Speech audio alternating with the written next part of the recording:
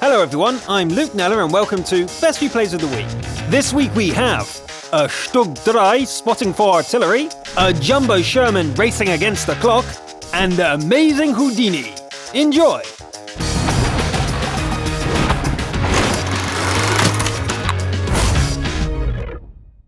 The star of this week's steel wall is the Soviet T-54, famous for its bouncy turret.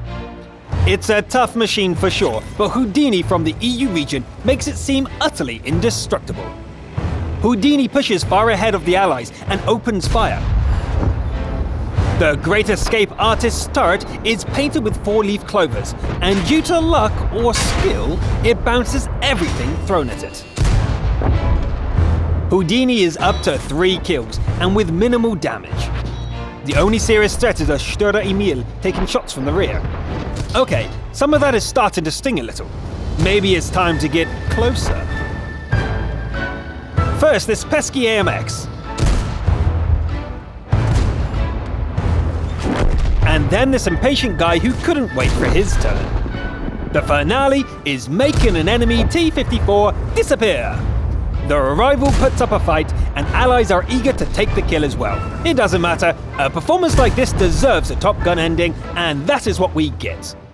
A whopping steel wall worthy 8,000 blocked and 7.5k dealt. That's 38 non-penetrating hits. What a show from the great Houdini! In the next replay, Kianko from the Asian region plays as a Confederate on Malinevka. The battle is an encounter, and Kion's machine is in the middle of the list. The Stug III is a classic tank destroyer, best used as a stealthy sniper. The Panzer III chassis gives it a high speed, which helps in getting into position before the opponents arrive. Kion makes full use of the TD strength, and pours a torrent of fire onto the distant foes.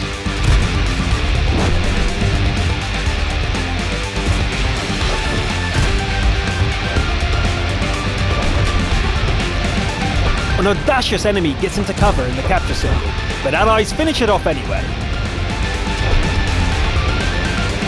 These bushes have served their purpose, and it's time to go hunting.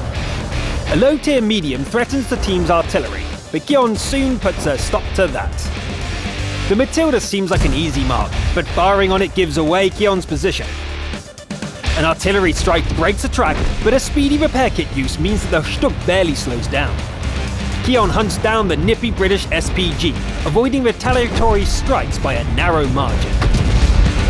That leaves 2 SPGs to deal with. The Stug has terrible accuracy on the move, but all it needs to do is to spot the targets for the Allies.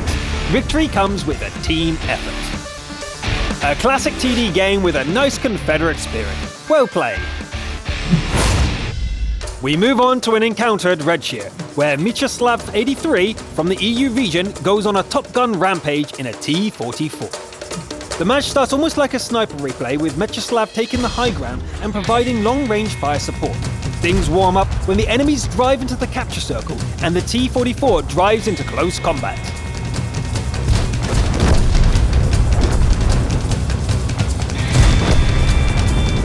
Another bout of long-range sniping follows, ending with a charge and a kill at close range.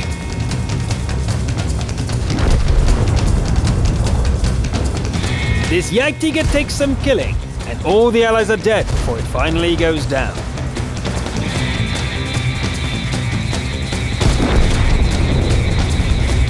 The next opponent is already here. The Nashorn lands 2 hits and damages the ammo rack before dying. The T-44 can't take this kind of punishment for much longer. The remaining enemies are all in Tier 8 machines, except for this T-29. The Heavy survives the first hit, but dies without firing a shot. An untouched IS-3 is approaching like the wrath of God. Stug would need to kill the Super Pershing first, but there's only time for a single shot. The Heavy goes for a round, but a detracking shot stops it dead. The Pershing floods its shot, and Stug takes the opportunity to put it out of its misery. Stug opens up some distance to the IS-3 and runs straight into a Ferdinand. APCR rounds bounce off its thick hide, but the superior agility of the T-44 carries the day. That's 10 kills with a full health IS-3 to go. Mieczyslav can't risk a single hit, and if that wasn't enough, the ammunition is starting to run out. Mieczyslav takes the scenic route around the map, and the enemy starts the capture attempt. Approaching from this direction catches the IS-3 looking the wrong way. The Mieczyslav wastes a shell on a snapshot. Another trip around the countryside, and another attempt, this time from ambush. That's more like it, but killing it like this would take forever. Mieczyslav heads into the capture zone and challenges the IS to a close-range fight. Another shell is wasted, but the next two punch through the armor. The IS lands a shot as well, but it fails to penetrate the turrets. Mieczyslav should paint on some of those clovers after that. Just 2 real shells left now. The first one strikes through, but the enemy would have reloaded now. Mieczyslav hesitates and retreats when the IS-3 goes on the attack. The T-44 climbs the hill and catches the opponent peeking cautiously around its edge. Check and mate, buddy. Mobility beats armor. What an excellent Top Gun game, with a nice medium versus heavy demonstration at the end. Li Shangwang from the North American region defends the base in a Jagdtiger. The match is a standard battle on Lakeville, and the big German TD is on top tier. Teammates fan out across the map while Wang takes a position overlooking the little lake. A shot pings off the front armor and the Jagdtiger falls back towards the capture circle. The first victim is a Tiger II on the other side of the lake. The Allies are overwhelmed in the city and Wang has to retreat into cover. The Jagdtiger takes a pounding, but as soon as it's in cover, it's time for payback. The mighty 128mm deals hammer blows to the enemies, but they are starting to get through the Jagdtiger's front armor surprisingly often. The enemy advance seemed to have stalled, and Wang takes out a T-54 for good measure. The relative calm lasts only for moments, however, as the enemies push right up to the base with another T-54 in the capture circle. That takes care of him, and the Bulldog can go back to the garage as well. An IS-3 pushes into the circle, but it doesn't last for long. The Defender is up to a Top Gun already, but the enemies just keep on coming. The remaining Allies help with taking out an IS-3 autoloader, but one of them bites the dust only moments later. The killer reveals themselves, and justice is swift and deadly. Wang is spotted and nearly killed from behind. It's yet another T-54! No wonder they're called cockroaches, as they seem to be everywhere. It takes a while to get to it, but when the shoe comes down, the roach is no more. The ally is putting up a valiant defense, but it's best to lend a hand. 10 down, 2 more to get. Wang peeks west, turns back, and comes close to being killed from behind. Close doesn't count though, and the enemies are down to a single IS. So where is the last tank?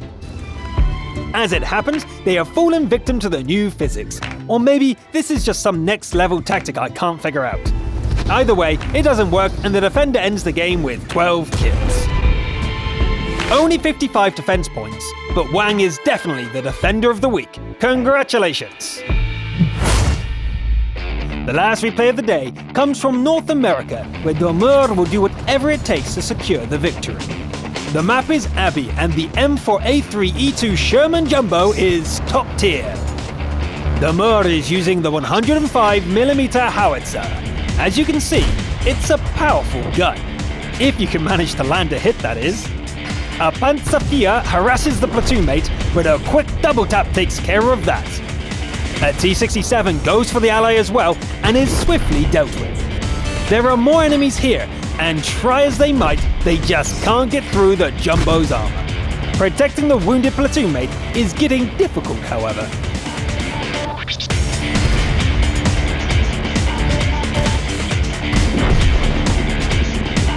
An enemy Sherman charges the friendly SPG. A fast target at nearly 400 meters? Not a problem. An Excelsior turns up in the Abbey, but it quickly learns it's not welcome here. Domur knocks out an SPG, but the Allied one is toast as well. A KV-85 attacks from the side, but it goes down without causing any damage. The OI lands a massive hit. Luckily, even a Jumbo can accelerate downhill, and medium tank tactics work well on the Behemoth.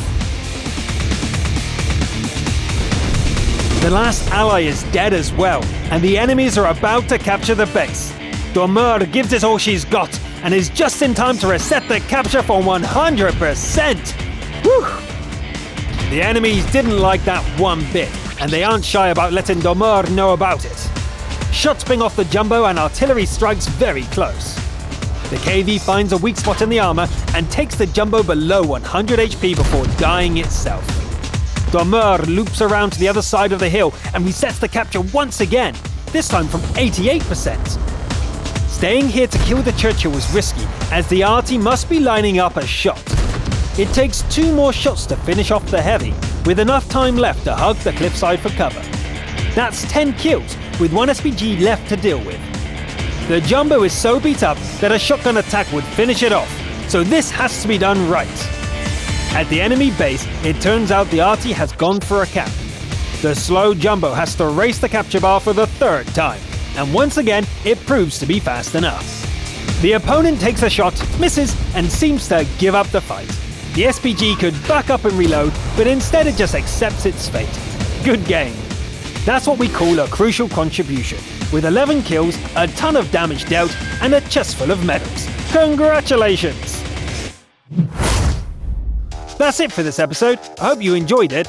Those were some tough names needing to be read this episode, but I'm Luke Neller, thanks for watching, and I'll see you next time. The relative calm lasts only for moments, however, as I hit the microphone stand. While Wang takes their position overlocking? That's 10 kills with a full elf. Dormeur gives us all she's got, Captain!